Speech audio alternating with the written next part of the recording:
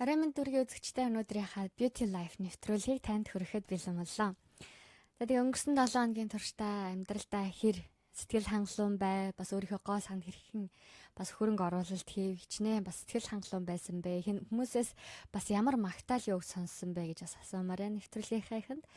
Тэгээ хүн болгоны амьдрал өнөөдөртөө хамгийн үзэсгэлэнтэй байдаг тийм үү. Тийм болохоор өнөөдөр магадгүй таныг нүрээ жоохон баг будсан юм уу, эсвэл жоохон ядруу харагдаа юу гэсэн ч та айхтар сэтгэлээр битгий унаараа яагаад гэвэл та маргаашаас илүү өнөөдөр ил залуу харагдаж байгаа гэдгийг бас бодоорой. Тэгээд хамтдаа өнөөдрийнхөө нэвтрүүлгийг эхлэхээс өмнө танд цахим агуудад танилцуулж өгдөг байгаа. Тэгэхээр бас нэвтрүүлгийн маань анх удаа үзэж байгаа хүмүүст зориулаад радиогоос танилцуулж өгье. Бас цахим агуудад танилцуулж өгье гэж бодож байна. Манай радиог болохоор тархсан монголчууд зориулж яг нэвтрүүлэг хийдэг хүмүүс ер нь аягүй сайн мэддэг болж байгаа. За бас нэвтрүүлгүүдийн маань онцгойлоод контентуудыг маань онцлог нь юу гэхээр тархсан монголчуудад тэдний амьдралд хэрэгтэй эерэг мэдээллийг өгөх тийм контентуудыг мэдээлэл болоод зөвлөгөө, зарлал гэх мэтчлэн контентуудыг бид нэр хийж хүргэдэг байгаа. Тэгэхээр энэ радиогийн нэвтрүүлэг маань таны төлөө бас таны амьдралд сайн сайхныг бас нэгэн дурсамжийг бас хэрэгтэй мэдээллийг хүргэхээр залуучууд бэлдэж байгаа гэж ойлгож болох нэ.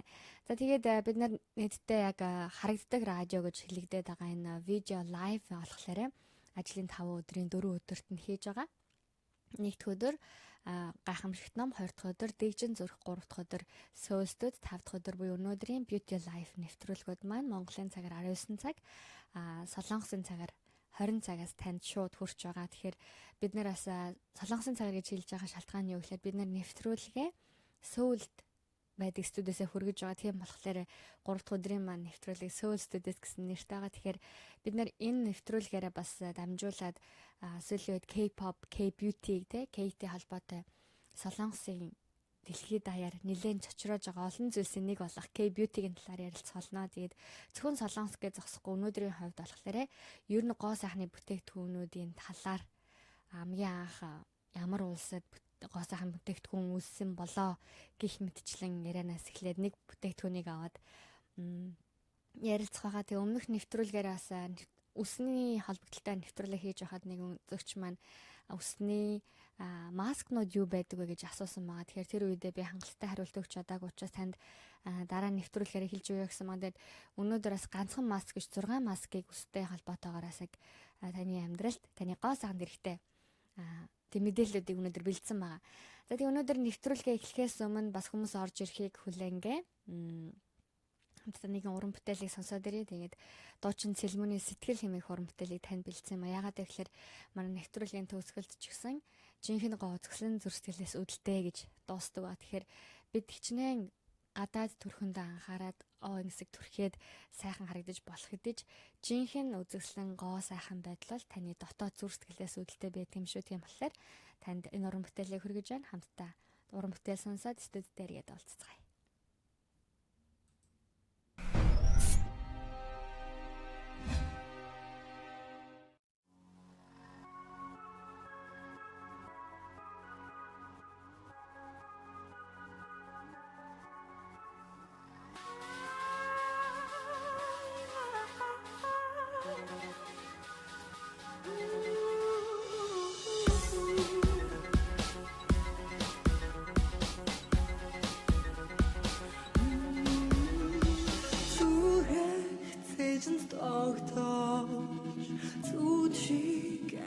So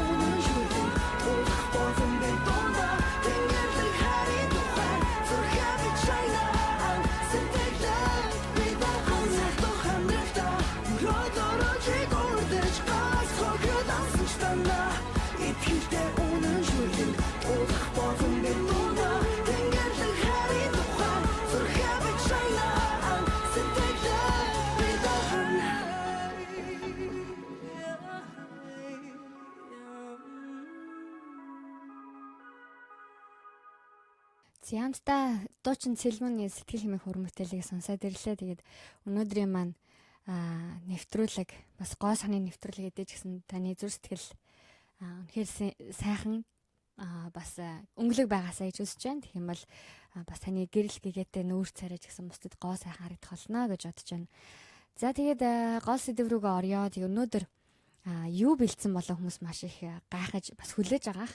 Тэгээ ер нь бас яг ялангуяа нэвтрүүлгийн маань эрэгтэй хүмүүс их үздэг боловч арай олон дээлэнхийн залуучуудаас илүү бүсгүүчүүд маань үзэж байгаа. Тэгэхээр бас бүсгүүчүүд гэсэн аягүй хэрэгтэй мэдээллүүд болдог. Зарим тохиолдолд одоо жишээ нь өмнө нь бидний нэвтрүүлэг хийжсэн чинь тослог арьс, хуурайс, холимог арьс яриа явуулжсэн чинь нэг залуу та нар дандаа яхаараа гоо сайхан гэхээр эмгтээчүүдийн юмны тухай ярьдэм бэ. Эрэгтэйчүүдтэй нэвтрүүлэг хийдэг юм уу гэсэн бас саналыг тавьж зэмлэлийг хэлээд би ер нь бор орсон яах хэрэгтэй вэ гэд явуулсан. Тэгээд магадгүй бас наригаагаар явуулсан ч магадгүй үнэхээр өөрийнхөө арьсыг цайруулахыг хүссэн нэгэн ч байсан байж магадгүй. Тэгээд ер нь бас нэвтрүүлэг маань аль алиг нэг нь одоо бодолцож бид нэвтрүүлгээ хийхийг их зорж өгдөг юм шүү гэж хэлэх байна. За тэгвэл хамгийн анхны тэгвэл гоо сайхны бүтээгдэхүүн гарч эхэлсэн. Ер нь гоо сайхны бүтээгдэхүүнийг бид нар хизээнээс эхэлж хэрглэж эхэлсэн болоо гэж бас сонирхож асууж магадгүй. Тэгээ хамгийн анхных нь болохоор яг хизээнээс эхлээр Нидерландд нэг газар эртний хотын судалгаан дээр ажиллаж байсан Английн Брюстиг их сургуулийн судалгааны баг олсон байгаа. Тэгээд энэ нь болохоор хэдэн он байсан 2010 онд олсон байгаа. Тэгээд 10 онд олохдоо юу гэхээр Испани баруун бүсдэх Муршиа гэх газраас олдсон байгаа. Тэгээд энд хамгийн анх юу олдсон бэ гэхээр пүүтерний төрлийн гоо сайхны бүтээгдэхүүнээр хэрэгжилжсэн эд зүйл байна гэж гаргаж ирсэн байгаа. Тэгээд ямар зүйл гэхээр хясааны хилтерхийн дээр бор шаргал өнгө одоо гарахаар хойлсон жоохон одоо эртний зүйл учраас жоохон ингээд харалсан яг үндсэн өнгө нь болохоор бор шаргал өнгөтэй байсан тийм эд зүйлийг бид нар олдлоо. Тэгээд яг энэ нь юу гэхээр паудо буюу пүүтерний төрлийн бүтээгдэхүүн болгож гоо сайхны бүтээгдэхүүн болгож хэрэгжилжсэн эд зүйл байна гэсэн бас судалгааны ажил гаргаж ирсэн маа. Тэгэхээр ер нь бас яг үзэх юм бол нэлээд эрт дээр үеэс яг ийм пудрыг хэрэглэж эхэлсэн байна гэдэг баримтыг сүүлийн үед хүртэл ингэж гаргаж ирж эртний малтлагаас те олдруудаас олдож гарч ирж байгаа нь юу гэхээр бид нэр ялангуяа эмгтээчүүд ч бай эрэгтэй хүмүүс ч ер нь эрт дээр үеэс л сайн харагдахыг хүсэжсэн бас өөрийнхөө гадаад үзэмжинд анхаарч байсан гэдг нь бас тодорхой яг түүхийн бодит баримтуудаар нотлогдож байгаа. За тэгээд гоо сайхны талаар ер нь яриад үзэхээр эртний гоо сайхан гэхлээр ихэвчлэн ийм зураг ихэвчлэн гарч ирж байна л да. Тэгэхээр та бүхэн ойлгож авах Египтийн гоо сайхны одоо буудалт ер нь гоо сайханд анхаарч байгаа анхаарал маань өнөөдрийн бидний хөгжиж ирсэн одоо гоо сайхан гэж хэлэгдэж байгаа энэ урлаг болтлоо хөгжсөн энэ зүйлийг эхлэл байсан гэж харж байгаа. Тэгэхээр хамгийн гоо сайхантай холбоотой хамгийн эрт дээр үеийн олдмолууд яг одоо түүхэн бичээсүүд хамгийн анхных нь болохоор энэ Египтийн үеийн байдаг. Тэгэхээр энийхээ нийтийн толын өмнөх 7500 жилийн өмнөх үеэс эхэлсэн гэж харж байгаа. Тэгээ бас яг энэ үед ийм бас олон муминуудаас болоод судалгаа шинжилгээнүүдээс эрэгтэйч бай эмэгтэйч яг өөрийнхөө гоо сайханд анхаарч байгаа хүмүүсийн хувьд гоо сайханд анхаарч нүүрэндээ будалт хийдэг байсан гэдгийг харж бас мэдэх боломжтой байгаа. Тэгээд сүүлийн үед одоо яг дахиж сэргэж ирж байгаа зүйл юу гэхээр энэ үед байсан зүйлийн хувьд бол хена болон cool гэж байгаа. Тэгээд хянаг сүүлийн үед октод гарн дээр ч гэсэн нэлээ хийж явж байгаа. Тийм болохоор дээрэс нь бас red ochre гэж бас хэлэгдэж байгаа энэ төрлийн одоо энэ гурван cool, henna, red ochre нь болохоор нэг юм шаргалтын өнгө одоо энэ зурган дээр байгаа шаврын өнгийн одоо powder маягийн зүйлийг өөрийнхөө гоо сайханд хэрэглэж арсан дээрээ хэрэглэж байгааг хэлж байгаа юм будалтайгаа. Энэ гурван будалт төрлийн будалтыг ер нь эрт дээр үеэсээ хэрэглэж эхэлсэн байгаа. Тэгээд нэг гоо сайхан талтай би өөрийнхөө гоо зэмжийг илүү тодтгоё гэсэн үүднээс. За тэгээд ер нь Германы Берлин дэх музейд Египтийн 18 дугаар хаан болох 10-аад насны фараон Акинатоны эхнэр байсан Нефертити гэх хатан ер нь яг фараонуудын эхнэрүүд дундаас ер нь Египт дундаа хамгийн үзэсгэлэнтэй эхнэр эмэгтэй байсан гэж бас тооцогддог байгаа. Тэгэд ч яг энэ зураг болохоор тэр Берлин дэх музей байдаг зураг байгаа. Тэгэхээр зураг гэж хэлж болохгүй. Бас музейд байдаг үзмэрийн зураг гэж ярих нь тийм зураг байгаа. Надад ер нь яг Египт будалтын гоо сайхны будалтыг хүн онцлогийг хэлээч гэх юм бол энэ суурны нүүрний сууринг тэгээд нүдний будалт гэж хэлэх бах. Тэгэхээр ер нь яг энэ нүдний будалттай холбоотойгоор судалгаа өнөөдөр хүртэл үргэлжилсээр байгаа. Тэгээд саяны танд хэлсэн 10 онд олдсон энэ пудр болгож хэрэгжилжсэн эд зүйл байна гэж гаргаж ирсэн энэ олдвороос гадна 10 онд юу болж ирсэн бэ гэхээр analytical chemistry гэсэн сэтгүүл байдаг.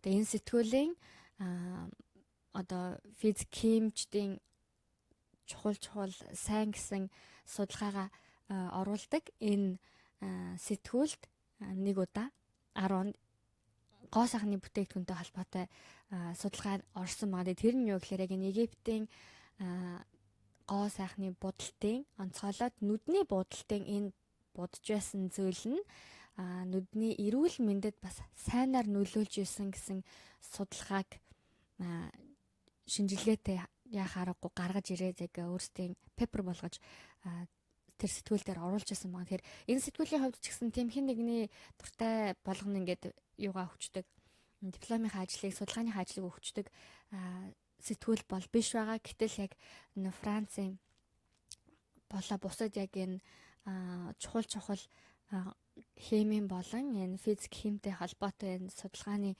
сэтгүүлүүдэд маш өндөр болцолтойгоор тавигддаг энэ сэтгүүлд тавигдсныг харах юм бол яах аргагүй нүднийх нь будалт нь тэднийг бас нүдний эрүүл мэндийг хамгаалах бас нэгэн гоо сайхны болоод эрүүл мэндийн холбогдлолтой дадал зуршил байсан гэдгийг гаргаж ирсэн байна. За тэгээ мэдээж энэ нь болохоор бас хүмүүсийн ариун цэвэртэй холбоотой асуудал хэдий ч гэсэн яг гоо сайхан дээр нэмээд эрүүл мэндийг нь хамгаалах яг энэ үзэл бодол энэ техник технологи ер нь одоо үед ч гэсэн шинэ талтай байгаад байгаа шүү дээ. Одоо сүүлийн гэх юм бол за арьс цайруулна гэж арьсны өвчлөө багасгана те булчин чангална бас тижэл өгөн давхар маск хэрэглэнгээ цайруулна гэх мэтлэн те тос эдгээр гоо сайхны бүтээгдэхүүнүүд ийм зэрэг үйлчилгээ үзүүлдэг болоод ер нь удаагүй байхад бидний эрт дээр үеэс хөгжиж ирсэн гэж хэлээд байгаа Египтийн гоо сайхны арга зүйд аль эртнээ эрүүл мэндтэй ч гоо сайхантай ч анхаарсан бүтээгдэхүүнүүд хэрэглэж байсан байх нэ. За тэгвэл за Египт дээр нэлээд удаан ярьлаа. Египтийн дараа тэгвэл энэ нэмэгтэй та мэдж байгаа бах те юу гэхээр яг энэ үеэс эхлээд Клеопатрагаа те гоо сайхны бүтээгдэхүүнийг эрүүл мэндийн зорилготойгоор давхар хэрэглэж эхэлсэн үе маань Клеопатрагийн үе буюу Египтийн хатан хаан Клеопатра 7 дугаар хатан хаан манай нийтийн тоолын өмнөх 69-оос 30 онд амьдарч байсан энэ эмэгтэйгийн үед хэрэгжилжсэн гоо сайхны бүтээгдэхүүн доод байгаа. За тэгээд энэ эмэгтэй юугаар алдартай вэ гэхээр үнэхээр үзэсгэлэнтэй байсан болохоор Ромын 2 хан хүүг зэрэгд орлуулж байсан ийм түүхтэй энэ бас явлаараа алдартай нэгэн баг. Тэгээ энийг 1963 онд Америкийн Холливуудаас кино олгосон бүр илүү их яг Клеопатра гэх нэмэгтэйг илүү тодтогч өгсөн бас гоо сайхныг нь бас тэр үеийн үзэсгэлэн гоо байдлын зиндаг одоо хэмдэ болцлыг ямар байсныг нь харуулж өгч ирсэн маа. Тэгэхээр 1963 онд хийгдсэн бүтээлч гэсэн бид нар одоо ингээл ярихад тийм тэр кино юу гэж яригддаг штэ тий тэрнтэй ялгаагүй. Энэ кино өөрөө маш сайн болсон. Бас яг өнөөдрийг хүртэл гоо сайхан байдал гэдэг бидний амьдралд үргэлж одоо чухал байр суурь эзлээд байгаа гин бас нэг нөлөө нь эрт дээр үеийн хүч бай.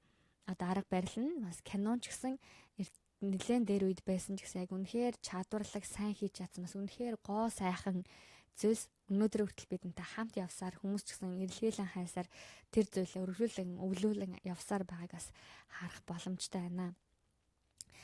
За тэгвэл энэ зурган дээр юу байгаа гэхээр бас гоо сайхан эмхтэйг өөрсдийн мөнгөн тэмдэгт болгож үлдээсэн түүх ер нь маш ховор байдаг. Тэгэхээр энэ эмхтэй хэн байсан бэ? Би асуугаад та бүхэнд хариулж чадгалаа. За энэ болохоор яг кинон дээр гарсан энэ Клеопатрагийн тэр үеийн бодит Клеопатраг дуурайлган хийсэн мөнгөн тэмдэгт байгаа. Тэгээд кинон дээр болохоор яг ийм эмхтэй гардаг ч гэсэн яг бодит байдал дээр Клеопатра маань энэ мөнгөн тэмдэгтэн дээр хэрхүү эмхтэй байсан гэж байгаа. Тэгэхээр үүнийг ч гэсэн бас судлаачид олсон байгаа. Тэгээд ер нь яг Ромын үеийн бас гоо сайхан байдлаа хадгалах арга барил бас маш сонирхолтой байдаг. Тэгээд дээрэс нь Ром руу хүрээд ирэхээр Египтээс Ром хоёрын онцлог нь юу гэхээр Ромынх нь арай илүү цагаан өнгийг хөвчлэн хүсдэг. Египтийн хувьд болохоор ягч Египт өөрөө тийм бор өнгийн элсэгтэй газар болохоор тэр юм уу? Шаргалтуу, бордуу өнгийг илүү гоо сайхандаа хэрхэлдэг байсан бол Ромын үед болохоор цагаан өнгөтэй арсыг, цагаан байдлыг, цэвэрхэн байдлыг илүү их түлхүү одоо гоо сайхан гэж харж үздэг байсан байгаа. Тийм болооч тэр ер нь бас яг Ромынхны дээр үеийн зурсан зураг байдаг бас бусад одоо олдмолуудыг харахаар ер нь бас эмгтээчүүд нэлээд гоо сайхандаа анхаардаг, нүрээ буддаг, үсээ янз янзаар боодог гэх мэтлэн бас бид нэр харах боломжтой байдаг. Тэгээ уран зурган дээр гэсэн тэдгээр зүйлс нь үлдсэн байдаг. За тэгээд ер нь яг энэ үеэс эхлээд хүмүүс нэлээд цагаан нүртэй болоод эхлэнгүүт цагаан нүрэн дээр юу илүү тод үлдэх бол та юу гэж бодож байна? Нүд, уруул хоёр илүү их тод үлддэг байгаа. Тэгээд энэ үеийн бас нэг онцлог нь юу гэхээр бас торомгор хар нүд гэж ярьдаг шүү дээ. Ер нь яг Европт болохоор хар нүд ховорч гэсэн ер нь хар нүдтэй байхыг аягүй хүсдэг. Тэгээд тэмдэж тэр зарим хүмүүс нөх хүүхэн хараагаа том болгох им хүртэл гоо сайхны бүтээгдэхүүн болгож хэрэгжилжээс удаа байгаа. За энийг талаар дахиад дэлгэрэнгүй жоохон байж ярьж өгье. За тэгээд энэ үеэс эхлээд ер нь цагаан арьстай хүмүүс гоо сайхан байна гэж одоо хэмжигдэх боллоо. Тэгээд үргэлжлүүлээд бас гоо сайхны түүхэнд Япон, Солонгос, за ялангуяа Японууд одоо ч гэсэн жүжигэн дээрээ бас хятадуудтай ингээ нүрээ цав цагаанаар будчихдаг штэ. Цав цагаанаар будаад, уруулаа часуулаанаар будаад гоо сайхан байгаагийн илрэл гэдгийг бас харуулж байгаа түүхийн баримтууд болоод бас уран бүтээлүүд зөндөө байдаг.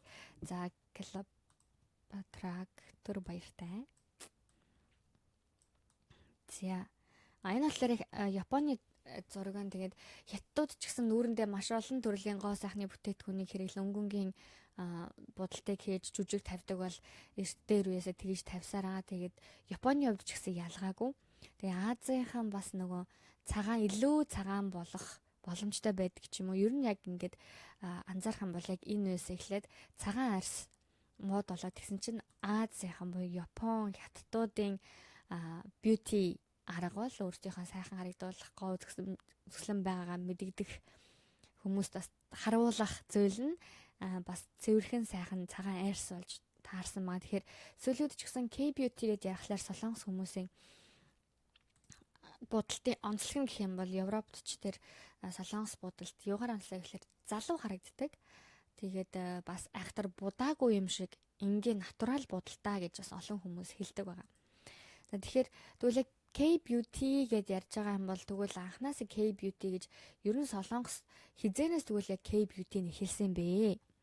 Хизээнээс яг сайхан эмэгтэй, цагаан арьстай ч гэдэг юм уу те. Яг сайхан эмэгтэйгийн талаарх үзэл бодол нь тогтоод хүмүүс бас яг тэрнийх нь одоо тэгж харагдахын төлөө хичээж эхэлсэн юм бэ гэд харахаар нэлээд эрт дээр үеэс ч гэсэн солонгосчууд маань гоо сайхан байдлыг ч бас анхаарч эхэлсэн маа.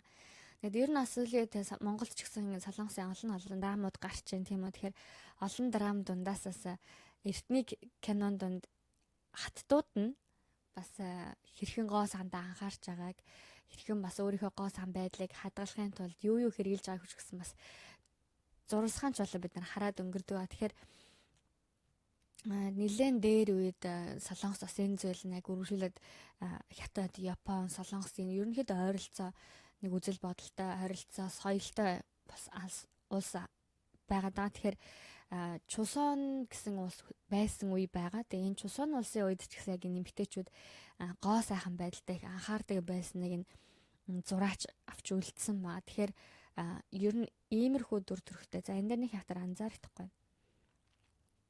Ингээ харах юм бол одоо учиргүй V-line гэж яриад байгаа болохоос биш яг анхандаа дээр үедээ бол жоохон өргөн тухтай. Тэгээ жоохон болцгор тийм эмэгтэйчүүдийг гоо сайхан эмэгтэй байна. Үнэхээр хөөрх юм аа гэж ярьдаг байсан маа. За сүүлийн үед энэ маань юу болоод өнгөрсөн бэ? Өөрчлөгдсөн бэ гэхлээр V-line тэгээ маш туранхай хагаад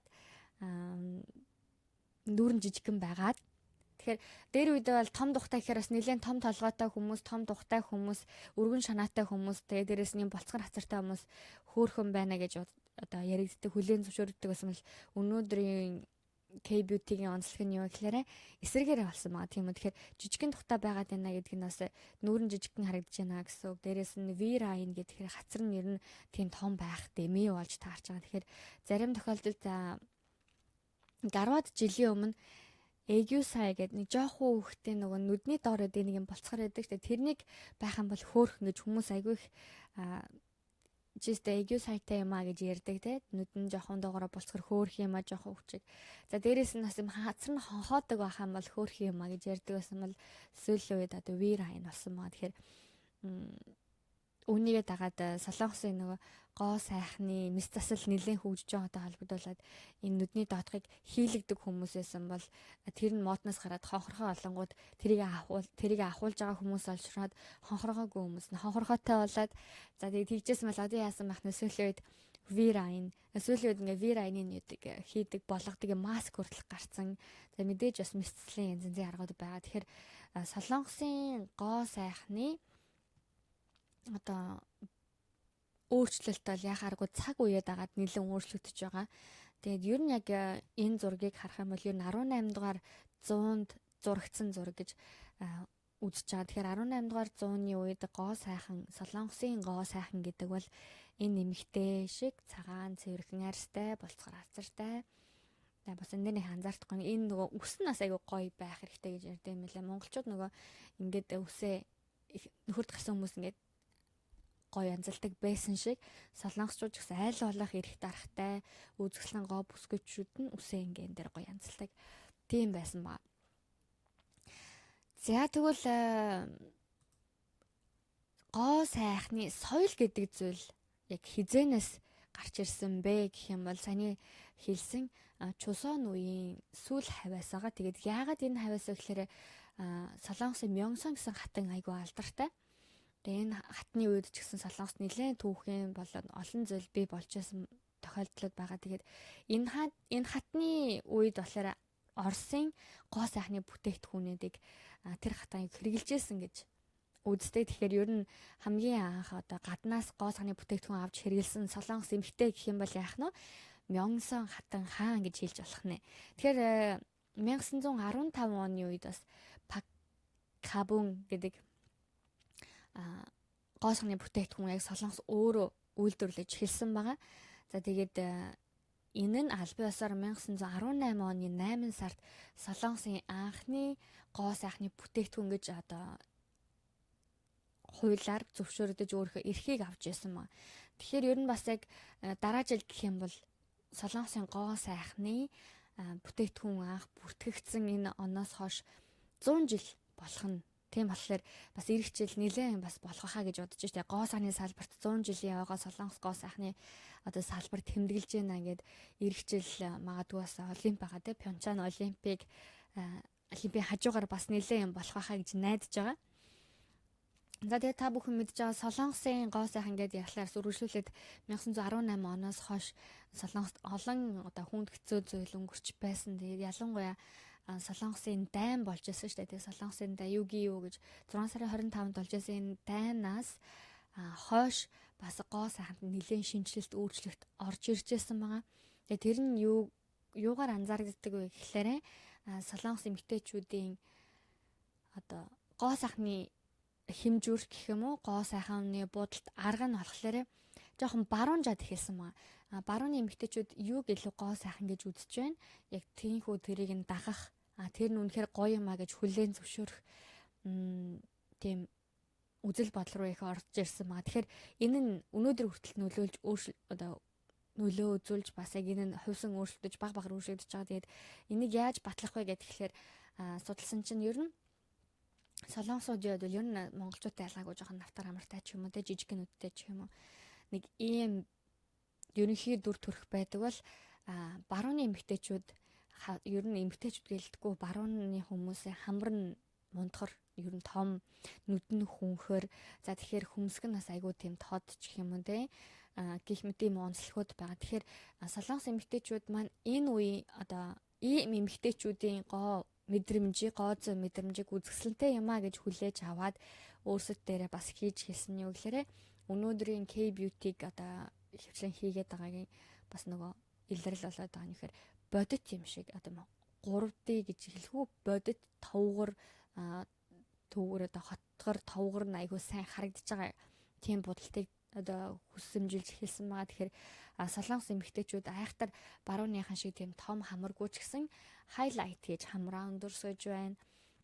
Нүд нь айхтар тийм хүнхэр биш хэрнээ бүр илүү их тенэр хүнхэр харагдуулаад том харагдуулаад ч юм уу те хөмсгөө илүү өтгөн хараар будах ч юм уу уруулаа илүү ингээд зузаан харагдуулах будалт ч гэх юм уу гих мэтчлэн яг энэ барууны гоо сайхан одоо гоо үзэмжтэй байна гэж байгаа нь үзэл бодлыг өөрсдөө шингээж ирснээс хойш өнөөдрийг хүртэл бидний хэрэглээд байгаа бас бидний сураад байгаа. За өстө YouTube-ээр орох юм бол зөндөө бичлэг байгаа тийм үү.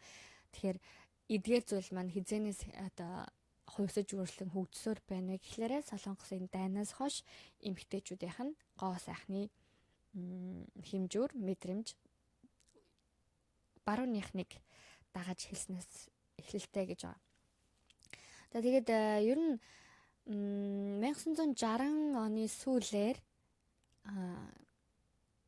янз янзын кремүүд орж ирсэн байгаа. Тэгээд одоогийн өнөөдөр бас бид төгсгөлдөө пудрны талаар товчхон бас тань мэдээлэл бол нэлээд бэлдсэн байгаа. Нэвтрүүлгийн маань цаг бага байгаа учраас товчхон бас хүргээд өндөрлөө гэж бодож байна. Тэгээд 60 оны сүүлээр ямар байсныг бид нэр сайхан нэг кинонаас үзэх боломжтой байсан байгаа. Юу гэхээр Ндапара 1988 гэсэн кино Монголд ч гэсэн бас гарсан тийм үү. Тэгэхээр энэ сериал дээр юу гардаг вэ гэхээр 60 оны сүүлээс ер нь 70-ад оны ихэнх үеэр ямар гоо сайхны бүтээгдэхүүн хэрэгжилж ийсэн, хэр хүмүүс шуурч ийсэн гэдгээс харах боломжтой байдаг. Тэгэхээр 60 оны хүртэл ер нь яг очиж хүмүүс гоо сайхнаа анхаардаг тийм үе байсан. Очиж өөрсдөө бүтээгдэхүүнээ авдаг, бас өөрсдөө бас яг хэрэглэж үздэг тийм байсан бол 70 оны үед гэрттэй нь хүргэж өгөө гэдэг үйлчилгээ гарч ирсэн байгаа. Тэгэхээр гэрт нь очиж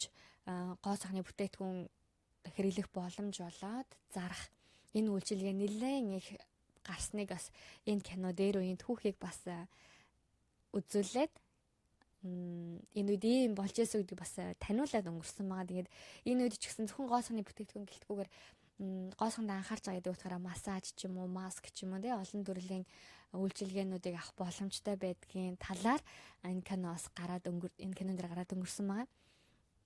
За тэгээд солонгосын одоо K-beauty-гийн маань нэлээд өнгийн одоо бодолтууд одоо хэтэрхий улаан ч юм эсвэл цэнхэр ногоон ч юм уу те гэх мэт юм хурц тод өнгийн одоо зүйлс гоо сайханд нь нөлөөлж байгаа энэ нөлөөлөл нүүр будалтан дээр бол ер нь 90-ад оны дунд хүртэл яг үргэлж ирсэн байгаа.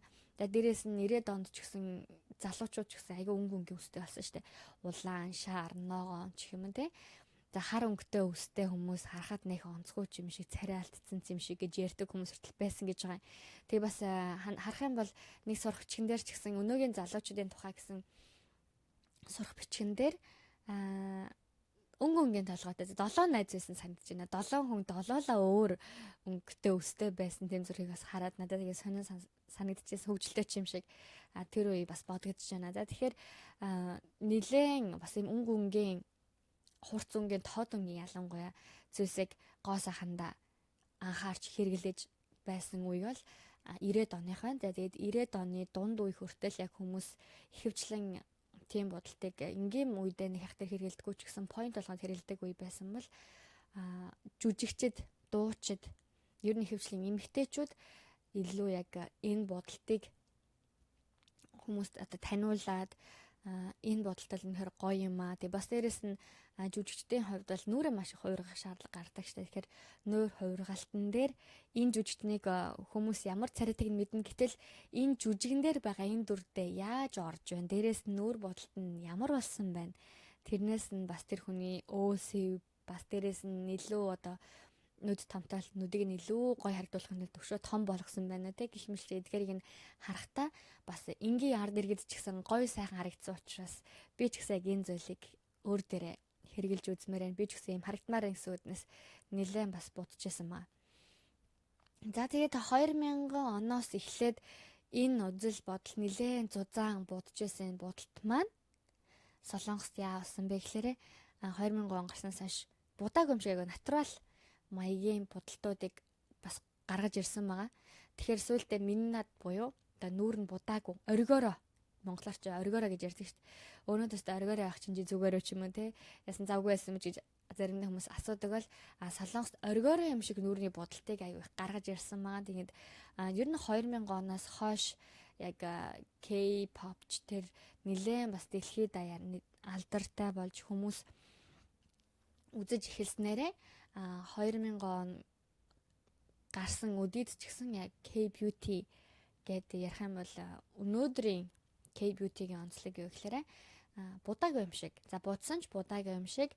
Тэгээ дээрэс нь будаггүй царай гэд бодглоо бас илүү залуухан харагдаж байгаа гэсэн ийм одоо хэмжүүрийг тавьдаг байсан байгаа. Тэгээд энийг нь хизээ бас ялгаагүй жүжигчд болоо дуучид те урлагийнхан таниулж байгааг нь хизээнээс яг илүү их мэдрэгдэж эхэлж байгаа нэхэр 2016 оноос хойш яг энэ үг гараад дээрэс нь хүмүүс яг юм K-beauty гэдэг үгийг хэрэглээд нүрээ будсан ч будааг юм шиг яаж гоё бодох вэ? Илүү яаж залуухан харагдах вэ? Илүү яаж одоо өвчлөө багтай харагдах ч юм уу те өөрийнхөө гэрхэн сайн даалдлах вэ гэх мэтлэн аргыг K-beauty гэж нэрлэж байгаа бас нэлээд дэлхийд даяараас танилцуулаад амьдсан байгаа. Тэгэхээр энийгээ ч гэсэн яг өөрсдийнхөө K-beauty гэж бас онцолж эхэлж амжаад байгаа хүмүүс маань юу гэхээр одоо Солонгосын гоо сайхны хэмжүүр өнөөдөр ийм болтлоо өөрчлөгдөж хөгжиж ирсэн байна. За тэгээд өнөөдөр нэлээд олон гоо сайхны бүтээгдэхүүнүүдийн талаар ярих бодолтой байсан боловч яг анхандаа ер нь гоо сайхан талаар гоо сайхан гэдэг зүйлийг дэлхийн нийтэд юу гэж хүлээн зөвшөөрч бодож бас гоо сайхандаа эрхэн анхаарч байсан тухай ярих гэж утсан маань нэлээд бас нэвтрүүлгийн цагт маань их байсан маань. Гэхдээ яхаа бас дараагийн нэвтрүүлгээр бид өргөжлөлөд ярьчих болно гэж бодож байна. Тэгээд өнгөрсөн үед болохоор хүмүүс гоо сайхан байдлаа хадгалахын тулд юг хамгийн их хэрэгжилж байсан бэ гэхээр корсетыг хэрэгжилжсэн байгаа юм. Дахиад за барууных нь руу яваад ирэх юм бол корсетыг хамгийн хэрэгжилжсэн байгаа. Тэгээ гой сайхан харагдаж байгаа эмэгтэй хүнд ер нь яг цаг зориулалт бас төвчээр их шаардагддаг байгаа. За тэгэхээр энэ тэр үеийн корсет байна. За би ингээ буцааж ижигхэн болоо. Тэгээд ер нь энэ бас гоо сайхан байдлын үр дүн үнэхээр мэдээж бас гоо сайхан харагдаж байгаа учраас бас ирчүүдэд гоё харагдаж байна, илүү сайхан амьдралтай байна гэдгээ бас хүмүүс илэрхийлдэг үе байсан маа. Тэгээд яг энэ 19-р зууны үед корсетыг хамгийн их одоо анх хэрэглэж эхэлсэн байгаа. Тэгэхээр корсетыг халимны сахлаар хийдэг байсан байгаа. Тэгээд халимны сахлаар хийсэн корсет зүүдэг эмэгтэйчүүд бол одоо хамгийн одоо баян тансыг бас айгүй гоо сайхан байгаагаа бас илэрхийлдэг тийм зүйлээс маа. Мэдээж дотор нь халимных үгүйг мэдгүй ч гэсэн яг хэрхэн илүү одоо нарийнхан бэлхүүстэй байна. Тэгээ дээрээс нь сүүлийн үед бэлхүүсний дараа юу орж ирсэн бэ гэхлээрээс хип орж ирсэн маа. Тэгэхээр өвдөн хэрхий юм өндөр байна. Гэх мэтлэмэр кинонд гардаг штэ, ялангуяа үнсгэлжин хүүхэлдэйн кинонд илүү тод бид нараас багаасаа харж ирсэн те. Ийм нарийнхан бол үзэг юм ондор болол те. Тэг энэ үе ч гэсэн яг хизээ хамгийн одоо эрэлт хэрэгцээтэй гоо саны бүтээгдэхүүн байсан мэхээр 19-р зууны үед байсан маа. За тэгээд энэ корсетыг харах юм бол миний хажууд одоо зүүн талд байгаа зураг маань юу гэхээр энэ корсетыг зүгүүлснээр хүний одоо хэвийн бие организмын үйл ажиллагаанд тэрхэн муугаар нөлөөлж гаргасан бас судалгааны зураг байгаа. Тэгэхээр эргэтнүүд нь аягүй дарагдаад аягүй хэцүү болцсон байгаа тий. Тэгээ намайг нэг 10 хэдэн настай үед байсан да. Корсетнаас болоо дээрэс нь өөрөө сайхан харагдахын тулд хавиргаа хэдэг авахулсан гэлээ нэг эмэгтэй байсан тухай мэдээгээр гарч ирсэн. Тэгээд хөөх ингийн бас гоо сайхандаа анхаардаг хүмүүс байдаг байх нэ гэж хүртэл бодож ирсэн. Тэгээд тэр үедээ жоохон бас болохоор ямар сони юм өнгөрсөн бол одоо сүүлийн үед корсетийг хүмүүс их хэрэглээд ирэхээр нэрэл их ярга байсан юм байна да гэж бас бодож байгаа. За тэрний дараа болохоор танд сонирхуулахыг хүсэж байгаа. Юу одоо гоо сайхандаа анхаарч байгаа хүмүүсийн одоо сонин содон арга гэх юм бол тууцсан хорхоо байгаа. Танд айгүй янз янзын зураг өнөөдөр үзүүлж байна. За тууцсан хорхооны хувьд болохоор гоо сайхан галбиртай болохын тулд хүмүүс өөрийн биеийг юм шимэгч хорхоо өнгөр болгодог байсан гэл таадах уу. Яг ийм үе байсан гинэ. Тэгэхээр яг тууцсан хорхоотой болохын тулд энийг эм болгоцсон бүтээгдэхүүнүүдийг бас авч уудаг. Тэгээд энийг хүмүүс яг одоо хооллох тусам өөрийнх нь бие махан биеийн аягүй туранхай болоод хорхоо нь болохоор өшөө том ингээд томорчдаг байгаа. Тэгэхээр биеийн эзэн тураа хорхоонууд нь өсч томорч байгаа гэсэн сүүлдээ энэ хорхоо нь 30 м орчим урт болох тохиолдол бас байсан гэж байгаа. Хэрэг хүсэх юм бол бас хорхооноос салж болдог гэж байгаа юм л да. Гэхдээ л бас яг гоо сайхан байдлын төлөө хүмүүсийн гаргаж байгаа зориулалт бас сонголт айгүй сонин байгааз. Тэгэхээр бас ер нь яг энэ хорхоогч гэсэн өөрсдийн гоо үзэмжиндээ зориулаад бас эм болсон хэлбрээр нь авч хэрэгжилж байна гэж төсөөлөхөр бас л амаргүй шийдвэр бас амьдралын хувьд амаргүй сонголт байсан бахаа гэж бодож байна. За тэгээд яриул дараа нь энэ гутлын талаар бол яах аргагүй хүмүүс мэдж байгаа гэж бодож байна. Тэгээд олон түүхчид яг энэ шувуун хөл гэсэн зураг байгаа тийм нарийн болгоод заримдаа үнсгэлжингийн үйлгээр хятадд үүссэн байхаа гэж бас ярьдаг л та. Үнсгэлжин дээр нэг гутал нь багтдаггүй штэ. Тэгэхээр хөөрхөн эмэгтэй жижигхэн үлтэй болж таарад үнсгэлжин дээр. Тэр үнсгэлжиний энэ түүх хятадд хэрхэн нөлөөлсөн ийхүү би болсон гэж бас нарийдаг хүмүүс байдаг гэж байгаа. За ямар ч оронд улс олонны бүсгүүчид нэг арзмарын гутал таарна гэдэг үнэхээр одоо байж боломгүй зүйл. Харин хятадд болохоор ер нь өнгөрсөн мянгаад жилийн турш энэ жижигхэн арзмарын гутал чухал байсан маа. За тэгэхээр энэ бүр дадал заншил бас энэ зүйл хятадын хаан ч юм одоо 10 дугаар зууны сүүлээр үүссэн гэж яригддаг байгаа. Тэгэхээр охтын хөлийг бадамлын ухаа цэцгийн хэлбэрт оруулан давсалж буудаг байсан байгаа. Тэгээд нэлээд их хатарлцсан хөлийг угаагч боломжгүй болдог сүүлдээ. Тэгээд ер нь энэ талаар нь тэр үеийн эрэгтэйчүүд гоо сайхан л харагдаж байна уу гэхээс биш хээрээ өвддөг, ямар жижигхэн хэлбэрт оруулж одоо давсалдаг, бас боодог хэсгийг анзаарч мэддэггүй байсан гэж байгаа. Тэгэхээр бадамлынхаа цэцэг боловсрох хавцдаа маш их өвддөг юм байна л да. Тэгээд боловсрч гүйцснийхаа дараа эргэж засрах аргагүй бүр одоо ингээд дахид дуу юм шиг ирэмдэг болтол бас хөлийг үзэмжгүй өнгөтэй хүртэл болгочихдаг гэж бас ярьдаг байгаа. Тэгэхээр нөхрүүд нь бол яг гой сайхан гадуур нь амс өмсөд гутлаа өмссөн болохоор гой харагдаж байгаа. Дээрээс нь алхаж байгаа нь хөөхөн гэд бодглохлоор хөөхөн байгаа боловч яг эмэгтэйчүүдтэй бол энэ мянган жилийн турш маш их өвдөлттэй, маш одоо хэцүү. Тэгээд өөрийнхөө хөлийг харахад ч гэсэн гоё биш. За одоо энэ зурган дээр харах юм бол нэг имэйл юм шиг байгаамаа. Нилийн хөл нь хэцүү болчихсон. Гарыг харахаар би тэгж утсан маа. Нилийн настай хүн байна да гэж бодод. Тэгээ ер нь агс энэ нэг нөгөөтэйг бас гоё харагдаж байгаа юм шиг боловч эргээд хүний бие организм байх хэвээр байгаагаараа биш болохоор удаан ч алхаж чаддаггүй байсан, удаан ч зогсож чаддаггүй байсан бахаа гэж бас боддгийн. Ухаан жүг кинон дээр чинь байсгээл сөхөрч унаал би уучлаарай гэж нэг өвдөглөөд өгдөг чинь тэг ингэж өвдгөлөхөд нь хүртэл яг дээр үед тийм соёл зөндөөл байсан бах. Бүхий жагвих явдаг, бүхэлдэж яхад нь ч гэсэн хэцүү байдаг байсан бахаа гэж бодож байсан. За тэгээд дараагийнх нь болохоор цацраг идэвхтэй бодистой гоо сагны бүтээгдэхүүнүүд гарсан байгаа. Гоо сагны бүтээгдэхүүний түүхэнд тэр нь юу гэхээр Флорида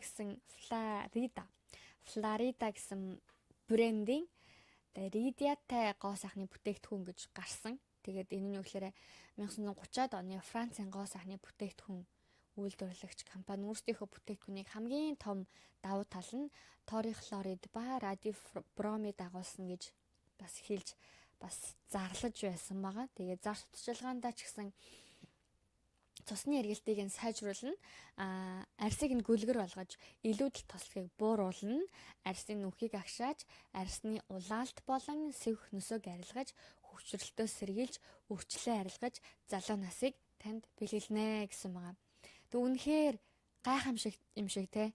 Энэ гайхамшиг гэж хэлж болохоор энэ зүйлийг амлаад энэ бүтээгдэхүүнийгээ олон эмэгтэйчүүд хэрэглэхийг бас зөвлөсөн байгаа, зар сурталчилгаанаар явуулсан байгаа. Тэгэхээр нөгөө түгээр бас цацраг идэвхтэй бодис гэдэг нь эргээд хүний бие бас тодорхой хэмжээнд муугаар нөлөөлөх зүйл бас байсан байгаа. Тэгээд бас нэлээд нэг үедээ шууруулсан танд магадгүй ийм гоо сахны бүтээгдэхүүн хэрэглээч гээ өгвөл тааж өнөөдөр ч гэсэн баярлаад авах хаа. Өнөөдөр ч гэсэн шуурах хаа гэж бодож байна. Ягаад гэвэл үнэхээр яг саяны хэлсэн зар сурталчилгаан дээр байгаа үг шиг байхыг болохыг хүн болгоно л хүсэж идэг учраас. За дараагийнх нь болохоор нэгэн жимс байгаа. За энэ жимс болохоор mdone гэдэг жимс монголоор болохоор гуваа хатан гэсэн нэртэй. Энэхүү ургамлын нэрийг болохоор Итали нэрнээс орчуулах юм бол сайхан бүсгүй гэсэн утгатай. Тэгээ Венецийн бүсгүүчүүд энэ цэцгийн шүүсийг хүүхэн хараагаа томруулах зорилгоор нүдэндээ тусааж хэрэгэлдэг байсан байгаа. Гэвч сайхан харахад бас золиос гардаг штэ. Тэгэхээр энэний хитрхи их тусааснаар зүрхсэн дэлсэх бас хараа нуудах бүр хитрхи их хэрэгэлсэн эмэгтэйчүүдийн хувьд бас сохорч байсан удаа байдаг гэж байгаа. За тэгээд үүнтэй холбоотойгоор бас энэ хараа ер нь ингээ харах юм бол энэ зурган дээр ч гэсэн аюултай шүү дээ. Ер нь нүүрэн цагаан, нүд нь их том хар. Яг л ийм эмэгтэй болохыг дийлэнх эмэгтэйчүүд ер нь хүсэж байсан үе бас байгаа. За үүний дараа болохоор энэ зураг нь бол дээч хар тугалгын ингэсийг бас хэрглэж эхэлсэн үе байгаа. Тэгээ энэ нь юу гэхээр грекээс гаралтай. Тэгээ тэнд хар тугалгын ундны усны хоолонд хийх болон гоо сайханд ашиглаж ирсэн юм хоёр төрлийн зорилгоор ашиглаж ирсэн. 16 дугаар зууны үед буюу Хатан хаан Элизабетийн хаанчлалын үед цагаан нүртэй байх хамгийн одоо загварлаг буюу модны гэж тооцогддог байсан баа. За тэгээ арьсаа цайруулахдаа Венецийн одоо цайруулагч гэх зүйлсийг бас саяных шиг гоо сайхны одоо зогоосондоо хэрэгжилж байгаа энэ бүтээгдэхүүнээс гадна хар туглаг болоод угсус ордог тийм гоо сахны бүтээтгүүнийг бас хэрэгжилжсэн байгаа. Арьсаа илүү гялцуулахыг хүсэх юм бол холцсон дээр нь өндөгний цагаан нэмдэг байсан. За тэгээ өндөгний цагаан нэмээд өөрийнхөө арьсыг илүү цагаан болгож байгаа жишээ гэх юм бол бас энд байна л да. Нүд нь л харагдаад байгаа. Нүд нь харагдаад за сая сүүл тавьсан зураг бол яхаарахгүй зурсан зураг л да. Тэгэхээр бодит байдал дээр бол яг ийм цагаан болохыг хүсдэг. Тэгээ нүд нь мой шиг харчих юм уу те. Ийм зураг шиг бүсгүүчүүд байхыг аяа хүсчихсэн байгаа. За тэгээд 1700-аад оны үед болохоор хар тугалахны холцтой ингэсэг нүүрний өөг сайн дардаг гэдгээр бас шалгарч ирсэн удаатай. Тэгээд энэ нь болохоор тийм айхтар үнэтэй биш байсан.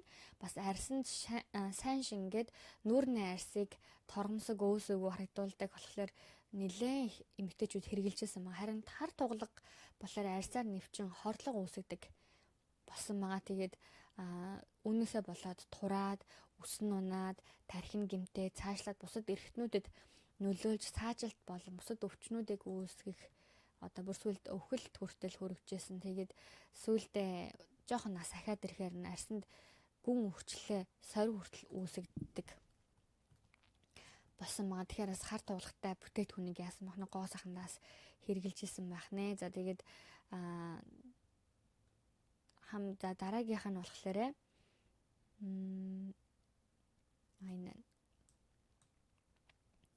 энэ их том үс их олон кинонд гардаг штэ тий. За энэ үсний хувьд болохоор юу гэхээр хиймэл үс байдаг. 19-р зуунд маш том бас өтгөн хиймэл үсийг загварлагт тооцдог байсан. Тэгээ үсний загвар яривхтай бас том байхын хэрээр түүний эрх мэдлийг илтгэдэг байсан маа. Тэгээ тухайн үед үсний лак гэж байгаагүй.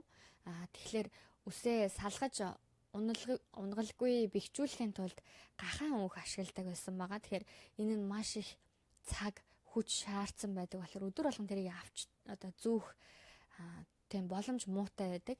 Харин тийм үед үсээ заримдаа 7 хоногор ч авдаггүй тийм үеч гэсэн байдаг. Харин толгоогоо угаах боломжгүй болохоор гахаан өөхний үнэр хулган мэрэгч амьтдыг айгүй их татдаг юм байна л та. Тэгээ үсээ тороор бүтээж унтдаг үе байсан. Харин заримдаа тороо мартаад унтцсан өдөр үсэнд нь хулган орчих тохиолдол байдаг байсан гэж байгаа. За тэгээд үүний дараа болохоор рентген үс гуйжуулагч бас хэрэгжилжсэн гэсэн үе байгаа. Дээрээс нь миний өнөөдөр хамгийн гол чухал ярихыг хүсэж байгаа зүйл нь болохоор хүнцэл гэсэн нэг юм байгаа.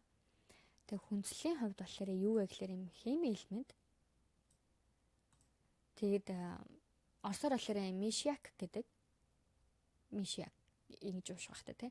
19-р зууны үед болохоор гоо сахны зорилгоор ашиглах нь их түгээмэл болсон байна л да. Тэг хүнслийг хэрэглэснээр нүүр өнгөлөг болоод нүд гэрэлтэж харин биед бусдын сэтгэл татхуйд болгодог байсан гэж зарлж байсан байна. Гэхдээ өөрөө болохоор маш хүчтэй хорны төрөл гэж байгаа. Тэгээ хордуулдаг бас заримдаа ихтгэх юм бол үхэл төрөх аюултай бодис байсан. За тэгээд үүнийг хэрэглэхийн тулд тусдаа арга барилтай баг ёс заншил гэж хэлж болохоор нэлээд нарийн арга барилтай байсан байгаа. За тэгээд энэ нь бас сонирхолтой гэж бас хэлэх юм бол сар гарсан үед заншил гэж ярьж байгаа шалтгаан сар гарсан үед хэрэглэх ба анх удаа хэрэглэж байгаа зөвхөн нэг тунгаар харин нэг хэрэглэсэн бол тасралтгүй байхын хэрэглэх ёстой ч юм уу те янз янзын дадал зуршилтай болдог байгаа болсон байгаа. Тэгээд үнэхээр энэ хүнд төрлийн металл гэж байгаа. Тэгээд энэ нь явандаа удаа хэрэглэх юм бол бамбаа булчирхаа өвдөж бүхэл төртөл хүрэгдэг гэж байгаа. Тэгэхээр энийг ч гэсэн хүмүүс гоо сахнаа хэрэгжилжсэн гэж байгаа. Тэгэхээр энэ нь өөрөө яг ямар бодис юм бэ гэж би бас хайж үзлээ л дээ. Тэгсэн чинь дэлхийн цардцын тэг 10,005% бүрдүүлдэг гэж байгаа. Нэгэн төрлийн металл бус хими элемент гинэ. Тэгээ ихэвчлэн сульфат хэлбэрээр оршдог. Тэгээд танд харж байгаа AS гэсэн нэрээр нэрлэгддэг. Тэгээ энэ нь юу болохоор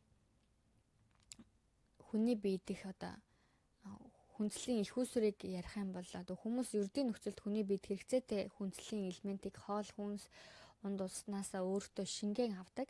Загас далайн гаралтай бүтээгдэхүүн замаг зэрэг нь арсенобетиана болон арсенокиолен гэсэн хоёр төрлийн бодисыг элбэг агуулдаг. Бүгд эдгээр нэгдэл бодис нь хүний биед хор нөлөө багтаа биеэс амархан ялгаруулан гаргах онцлогтой ийм одоо болж хуурдаг ба.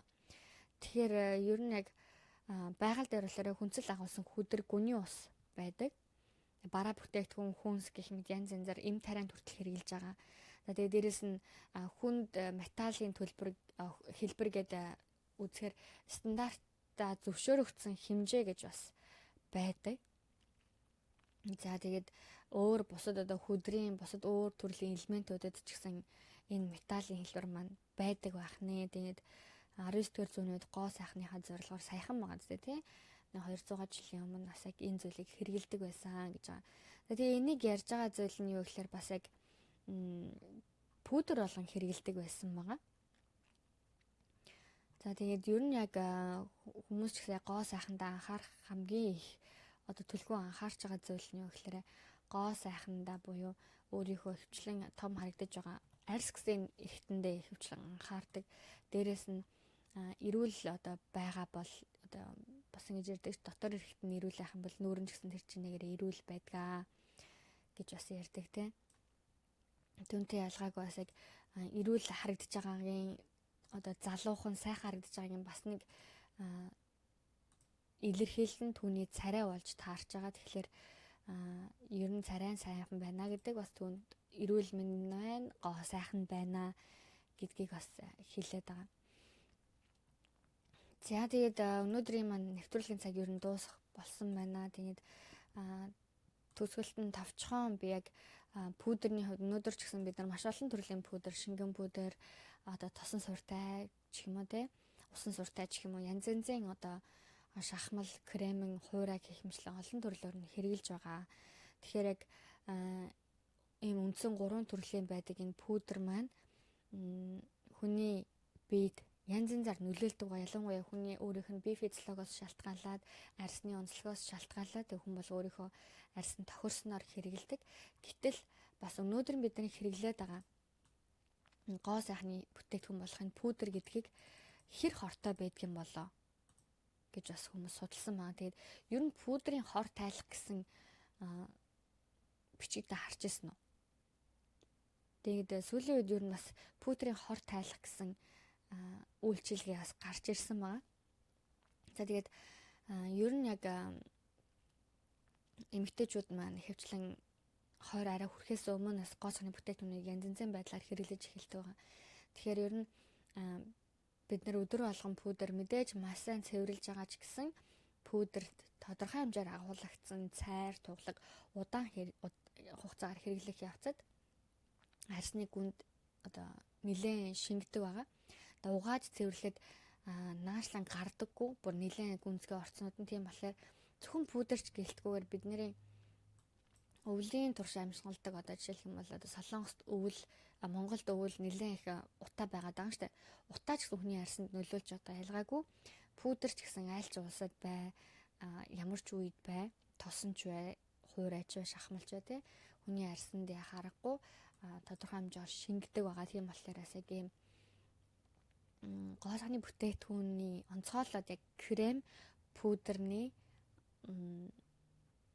хорийг гадагшлуулах гэсэн ийм үйлчилгээ хүртэл гарсныг бас танд хэлмээр байна. Тэгэхээр та магадгүй гадуур явж байгаад ийм үйлчилгээг авсан бүсгүйтэй тааралдах юм бол ч юм эсвэл байгааг анзаарах юм бол та очиод нэг зөвлөгөө аваад үзээрэй. Бас хэрхэн магадгүй та 20 жил ч юм уу те эсвэл 10 жил нүрээ яг нэг брендийн ч юм уу эсвэл яг нэг төрлийн пудрээр будсан бол тодорхой хэмжээнд таны арьсанд бас шингэсэн байгаа те. Тийм болохоор бас энэ үйлчилгээг авахд муугүй юм байна гэсэн бодлоос судалгаа хийж байгаа олсон маа. Тэгэхээр ер нь яг пудрны хувьд юм бол ер нь яг нэг сайн муу аль талтай л байдаг шүү дээ. Эрэг сүрэг хоёр талтай. За тэгвэл эрэг талны хувьд тэгвэл яг юу нэ яриад үзэх юм. Эрэг сүрэг байдлыг яриад өнөөдөр нэвтрүүлгийг дуусгая гэж бодож байна. Эрэг талын хувьдлаараа биднийг одоо яаж чичээгээ цэвэрлэж чадахгүй бохирдлоос нь салгаж чаддаг байгаа. За арьсны хөхрөлт арилж пудр кремний шингэлт сайжирдаг байгаа. За тэгээд энэ үйлчлэгийг хэрэглэснээр нэлээд одоо бохирдлыг сайн гаргаж өгөх нь тийм үү. Тэгэхээр хөхрөөд байсан нүртэл сайн арилжих нь. За тэгээд үйлчлэгийг авсны дараа шингэлт нэлээд сайжирна гэсэн үг шүү дээ. Тэгэхээр гүнд хуримтлагдсан бохирлыг нэвтлэн ялгаруулсан учраас арьсны уян хатан чанар ч гэсэн сайжирч зөөлөн өнгөлөг болбороо болгодог байгаа. Тэгээд арьсан тгшингсэн цайрыг гаргаснаар арьсны бохирдлыг бүрэн арилгаж эд исэн сэргээд цусан дах хангамж сайжирна. Тэгэхээр бас харагдах байдал ч гэсэн илүү гоё одоо хүүхдээ арьс шиг илүү амьд гэх мэт амьд одоо илүү гоё ингээд хөхрөл байхгүй болсон юм чинь бодоод үзэлтэй. Тэгээ илүү гоё харагдах болно. За үйлчлэгийг болохоор иллэг эндүүдлэгийн аргаар хийдэг учраас айхтар тийм зовиртой мэдрэмжийг бол хаахгүй тийм болохоор эрэг талууд нь гэвэл ийм талууд энэ үйлчилгээний сөрөг талын хувьд болохоор гоо сайханчдын хувьд бол пудрын хоорт тайлбарлах үйлчлэгийг ойрын ойрхон хэлэх нь нүрийн арьсны тэмч таатай бишээ гэж үздэг байгаа. Тэгээд учир нь арьсны бүх бүр гүндэн шингэсэн металлын бохирдлыг авахын тулд маш их одоо хүчтэй үйлчлэлтэй бодисоор арьсыг цэвэрлдэг байгаа. Тэгээд тийм болохоор ер нь эмзэг арьстай хүмүүсийн хувьд бол арьс нь нэмгэрцэн байдаг хүмүүсийн хувьд бол айхтар хүчтэй гэнт цочрол болох бас эсрэгээрээ буруу одоо сөрөг үр дагавар гарах магадлалтай. За тэгээд энэ үйлчлэгийг хэлсэн дараа яг дараах нь бол пудрын шингэж үнэнхээр сайжирдаг, арьс нь зөөлрдөг. Дээрэс нь энэ нь юу гэхээр түрүүний хэлээд байгаа хүчтэй бодисны нөлөө. Тиймээс бүсгүүчүүдэд дахин хийлгэх юм тийм хүсэл төрдөг байгаа. Нэр нь өстой гоё шингээд байна, нэрээ гоё болоод байна. Тийм учраас таарад байна ч юм уу те. Угаасаа энэ бодисныхын нөлөө байгаа учраас дахин хийх юм бол илүү их одоо арьстай гэмтэх магадлалтай учраас та ойр ойрхон битгий хэлгээрэй гэж хэлэх байна. За тэгээд зөвхөн шингэт сайтай болдог гэдэг шалтгаанаар ялангуяа битгий ороорой гэж зөвлөдөг гинэ. Тийм болохоор тадвүлийг хэр орчим хугацааг богино хэр орчим хугацааг урт гээд байгаа юм бэ гэж бас асууж магадгүй. Харин энэ үедлээрээ олон жил өдөр алгасалгүй зузаан пудр байсан бол одоо арьсны гүнд хар туглаг их байх нь тодорхой учраас 6 сараас багагүй хугацаанд хийлгэх нь зүйтэй гэж байгаа. Тэгэхээр айхтар тийм их биш одоо ялангуяа юм зузаанаар пудр дутггүй. Сүүлийн үед л маш нэмтгэнтэй саяны хэлсэн K-beauty буюу залуухан харагдаж байгаа будааг юм шиг харагдаж байгаа.